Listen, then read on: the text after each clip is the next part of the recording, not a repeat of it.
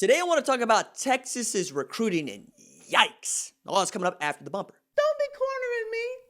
Hold up. Time. You gotta help me with that corner shit.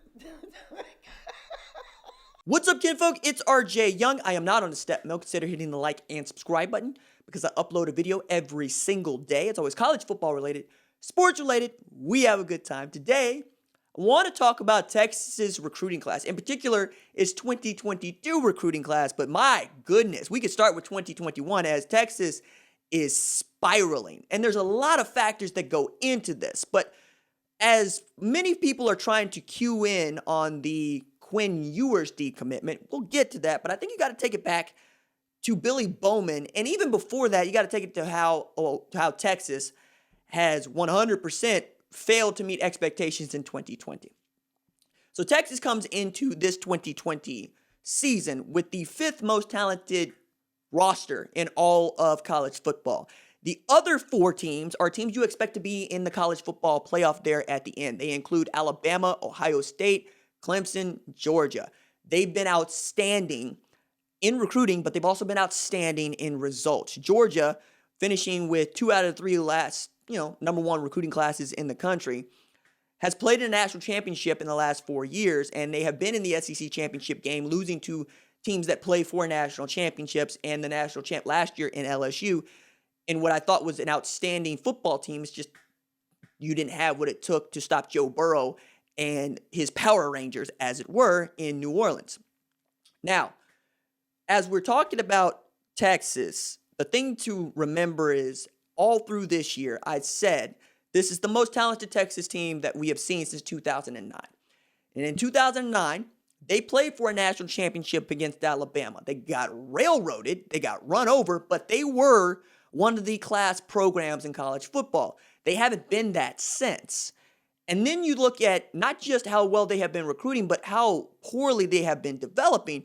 And you can see how this is already bad because I look at Texas and I see you should be producing 3 first-round picks every year. You should have 6 to 7 guys that are drafted within the first half of the NFL draft every single year. And we're still waiting on a first-round draft pick in the Tom Herman era to come out of Texas. You're also looking at a Sam Ehlinger, who I'm not sure is even a quarterback in the NFL, even as we've seen Tom Herman make him his guy. We saw Shane Buechele, who apparently was not good enough to be the starter at Texas, transfer to Southern Methodist and turn them into a world beater. And that's not a small thing at a Southern Methodist university that was not very good until a couple of years ago. Shout out to Sonny Dykes, who's getting it done not just with Rhett Lashley last year, but with Garrett Riley this year, Lincoln Riley's little brother. You also look at how they get to pick and choose who goes to their university in the way that so many others don't. And you're going, all you have to do is evaluate well. Recruiting, yeah, you got to do some of it, but you ain't got to do what SMU's got to do. You got to do what Texas Christian's got to do. Like, if Gary Patterson misses on his evaluation, he's cooked. At Texas, you ought to be able to turn misevaluations into top talent because they are already that talented. I look at Jake Smith and I see a National Gatorade Player of the Year and Arizona Gatorade Player of the Year in the same year that Oklahoma's star quarterback Spencer Rattler played in the same state at the same time and was eligible for the award in the same year. That's how much better Texas should be than they are. Jordan Whittington is one of the best athletes to come out of the Texas area in a very long time. And it's also about who you did not win that ends up elsewhere. Jackson Smith-Njigba is already making highlight reel catches at Ohio State, losing J.K. Dobbins to Ohio State, losing Jeff Okudah to Ohio State. Jeff Okudah being a top 5 NFL draft pick and star cornerback. Garrett Wilson coming out of the Austin area, choosing Ohio State because he wanted to be developed. And how true is that looking? Because while I'll continue to tell you that Ohio State has not put a first-round pick into the NFL draft at wide receiver since 2007, I will also tell you that they have seen all pros at wide receiver like Michael Thomas. They've seen dudes that have played running back and wideout in these really weird years for, say, the Carolina Panthers like Curtis Samuel. You can continue to look at the products offensively that Ohio State puts out, and you can see how the NFL values them in such a way that there are people that would tell you Ohio State should have done more during the Urban Meyer era, and I think most Ohio State fans would tell you that as well. Same thing could be said about Texas. So when you look at Billy Bowman, who was committed to Texas and was a top athlete out of not just the state of Texas, but in the country, and you see that you lost him after losing 2 games and after this controversy with the eyes of Texas.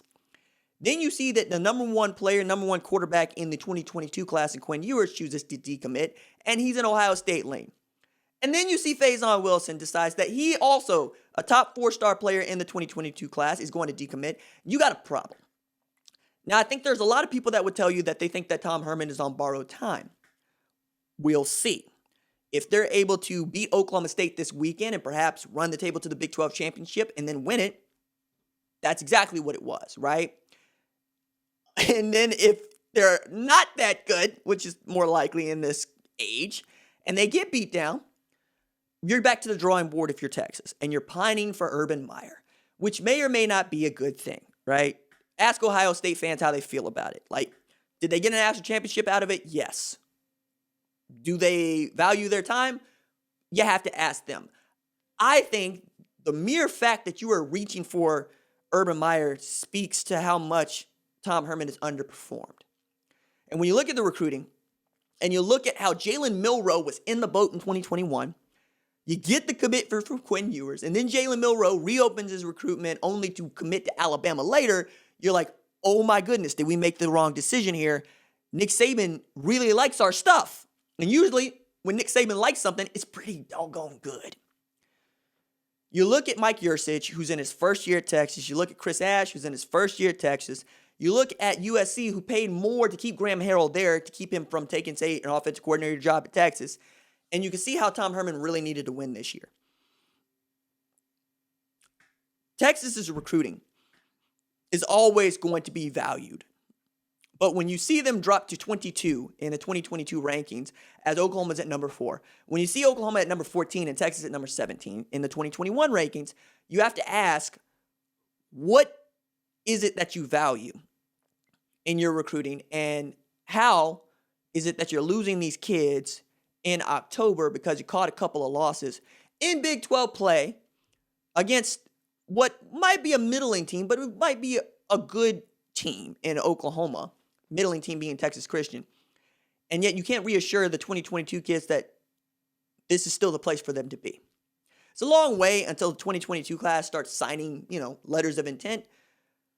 But it's worth talking about Texas in this way because they really need to start winning football games, or this implosion, at least on the recruiting side, is going to keep going.